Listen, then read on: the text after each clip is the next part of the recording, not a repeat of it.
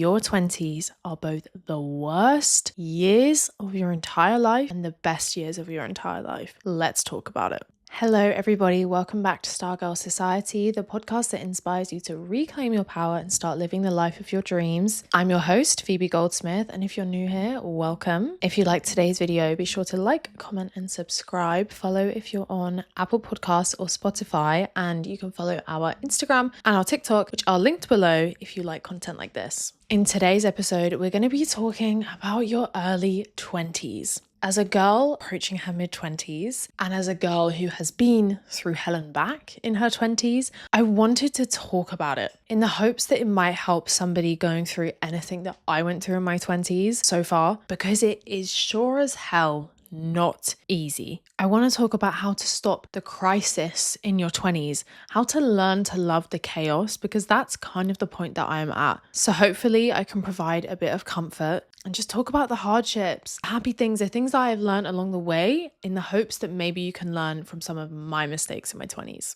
Get comfy, let's get into it. The first thing that I will say to anybody in their 20s right now who is watching this and struggling, just gonna hold your hand and tell you, you will be okay. I'm turning 24 this year. If there is one thing I have learned in my 20s so far, it's that it gets better. First time I had a mental breakdown in my 20s, I thought the world was literally going to end. Second time, same thing. You kind of get to the point where you realize, wow, it kind of does always get better. I think as I entered my 20s, I was both fearful and excited. When I was 19, I was like, I'm so ready to be 20. I kept accidentally telling people I was 20 when people would be like, oh, how old are you? From even 6 months before my birthday, I was like, oh, I'm 20. I wasn't, but I felt like I was. I felt so ready to be 20. I was so done with my teen years. I hated that age 19, I just feel like 19 was not a fun age for me. I don't know about anyone else. 19 is a weird age because you feel like you're maturing in so many ways, but you're not taken seriously because you still got that teen at the end of it. But equally, I was so fearful. It was the first time in my life where I was properly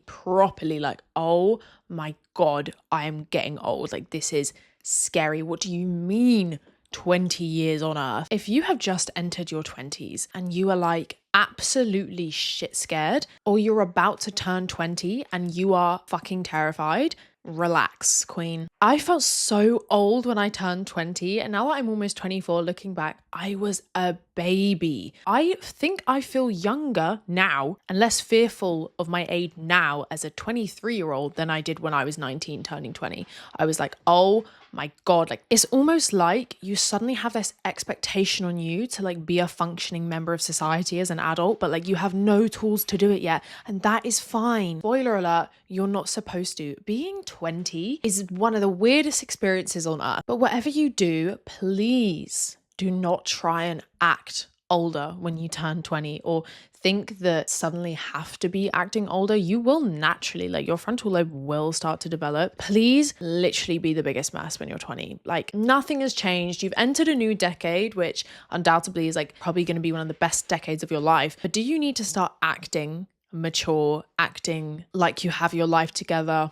Absolutely not. So please don't. Something I experienced when I entered my 20s, which I want to talk about, is a second puberty, a sudden wave of hormonal change. When I think of my hormones and all the joys that come with them, I literally think of two halves. I think of 13 to 19 and then 20 onwards. As someone who has had a lot of hormonal issues, mentally, physically, there was a massive difference. Thankfully for me, for the better. So if you feel like your hormones as a woman are fucking you over every single day of your life, don't stress, because things can iron themselves out. I think your body can also change when you enter your 20s. I really think that when you first hit puberty as a girl and they're like, oh, you're becoming a woman, you're not. It's the second hit of hormonal changes in your late teens, early 20s. That's when you're becoming a woman. What do you mean when I was 13, 12 that I was transitioning into a woman? Yeah, there was a lot of hormonal changes, but hello, I'm still shopping Claire's.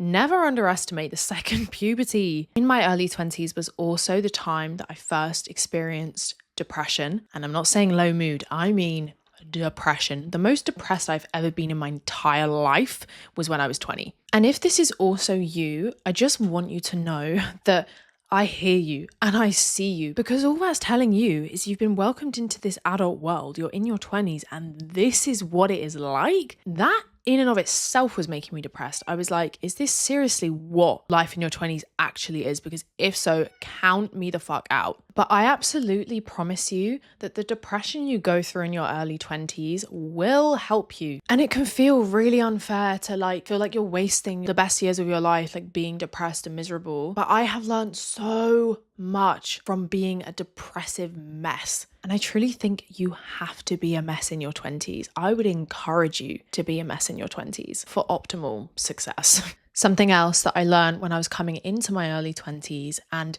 a hill that I will die on, is the boy you meet at 19 theory. If you're in your early 20s right now and you met a boy at 19 that's still ruining your life, this is your sign. Let him go. Don't do what I did. Don't wait until like 22 to get rid, please. Honestly, I don't know what is in the air when you are 19. I don't know what evil spirit is summoned to bring this person into your life. If there's anything I will tell you is that please don't let the boy you meet at 19 come too far into your 20s, because there are so many incredible things to learn about yourself. There are so many people to meet, so many experiences to be had. You don't want this person holding you back. I promise. The main thing that I would tell somebody who is 20 right now is that it gets better. To strap in, it's going to be a messy ride, but if you have yourself, you have everything. You may feel lost when you first enter your 20s. You may feel like a loser.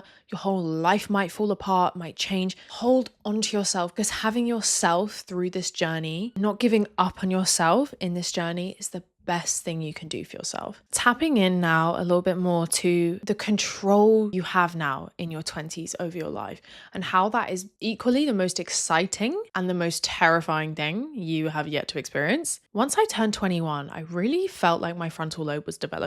I started to realize how much control I have over my life from an empowering perspective. You know, I really became a lot more spiritual in like the law of attraction, and just thinking about, oh my God, like the world is my oyster. And I felt incredible, but I also had crippling anxiety about it. I felt like I was ready to just be the ultimate girl boss. But then with that comes a lot of pressure internally to actually get there. You can see all these possibilities ahead of you, and then it's like, okay, this is great, but like, which fucking one do I choose? I think something so key to remember when you're in your early 20s is to try loads and loads and loads and loads of things. Open yourself up to so many avenues of life. And this isn't just about trying hobbies and jobs, it's trying different lifestyles, figuring out who do you actually want to be. And the only way to do that is to be a bum, it's to be a girl boss, it's to be everything in between. Don't be afraid of trying things, of being a big fat mess. And also, it's so important to know that like, it's okay to do nothing. In your 20s, you may feel like you want to always be doing something and working towards a future and having a 5-year plan.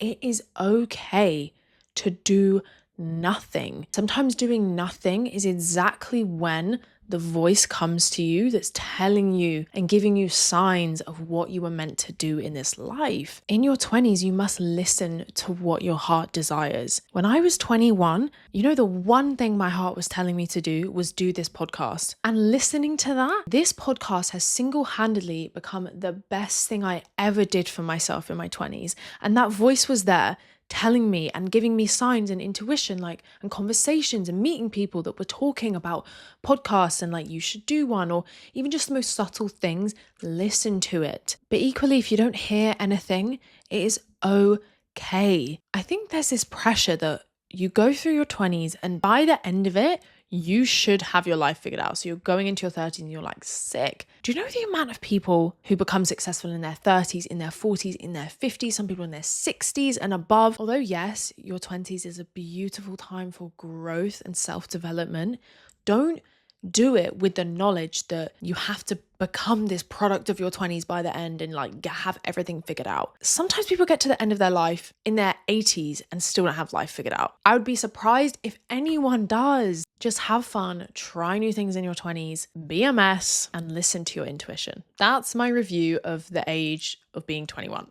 Okay, 22 was a very interesting year for me. I had officially completed 2 trips around the sun in my 20s.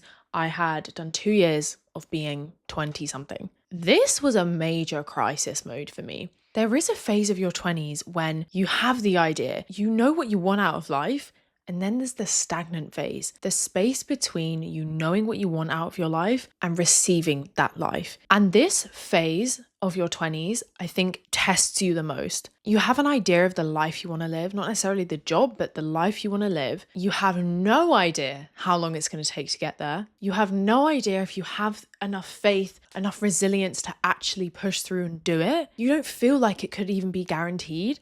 And that phase feels like arse. It's very easy to feel lost during that time and like you don't have guidance, or maybe you still have no idea what you want to do. But I can 100% tell you that I learned more about myself during that time, that awful time, than during the successful moments. Something very important for your early 20s is to seek the diagnosis that you failed to receive as a child. So I was just about 22 when I received my ADHD diagnosis, and I cannot tell you how integral that was to my 20s so far. I don't care how old you are when you're watching this. If you have the power to seek help and a diagnosis for something you have an inkling that you could have, please do it. Learning about yourself in your 20s is going to be the key to your success. If you are undiagnosed with whatever, there is a massive piece of your puzzle missing. That was my life before I had my ADHD diagnosis. Seeking that, getting that diagnosis was one of the best things I've ever done for myself. Everything makes so much more sense now, and I feel like I'm wasting so much less time in my life and my 20s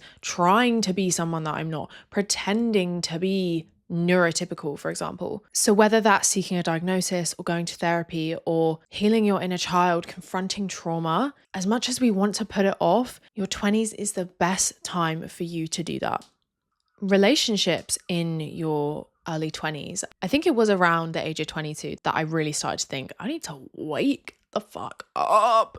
You know, I had an ongoing situationship basically all that time thus far in my 20s. And I really started to feel like my frontal lobe was developing by the time I was 22. My reactions to things, the way I viewed life, the way I viewed myself, the way I viewed my value and my worth, and just like genuinely just don't have the energy to put up with people's bullshit. It gets to a certain point where you're like, I actually can't even pretend that I have time for this. And for me, that definitely extended to my relationships. So I started to get a lot of a clearer vision on what I wanted from someone. I stopped thinking that I wasn't someone who caught feelings easily. I wasn't a lover girl, because I just am. I started to get realistic with myself about what I wanted. I don't know if anyone else has experienced this. I felt like I had a really healthy outlook on relationships and attachment when I was like 17, 18. All hell broke loose between like 19 and 22.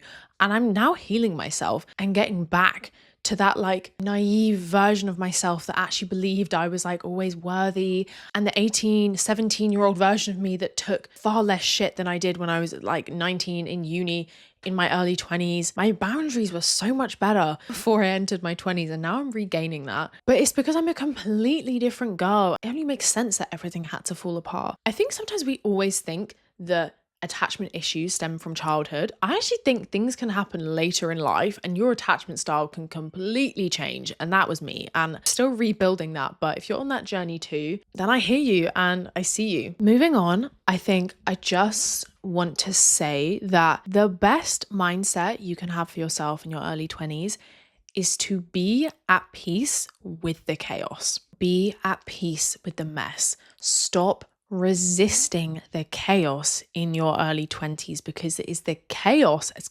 cliche as it sounds, that builds you up to be the most successful version of you. If you're seeing this right now and you're struggling so badly with where you feel like you're at in your 20s and not feeling good enough, or just you're literally having a mental breakdown because you feel behind, you just need to know, coming from somebody who has been through this themselves, that the moment you let go and stop resisting this mess is when you take control back in your 20s. At this point in my life, approaching my mid-20s, I don't enjoy the chaos while it's happening, but I am at peace with it. I'm at peace that this is so integral to my journey, and it's just natural and it's just something that has to happen. Something else I've learned in my 20s is that I have never once regretted putting myself first, quitting the toxic job, cutting off a toxic friend, cutting off a toxic boy. Although to shed those layers and break these cycles in your 20s is like hell on earth, I have never once regretted it. And that is a lesson that I'm going to take with me for the rest of my life, that you will never, ever, ever regret putting yourself first. You will never regret following your truest desires. If there's one thing I could say to people that are struggling with the existential crisis in their 20s, it's to do the one thing that you fear the most. Starting this podcast, starting YouTube was once upon a time the scariest thing I ever could have done for myself. And because I did it, to me,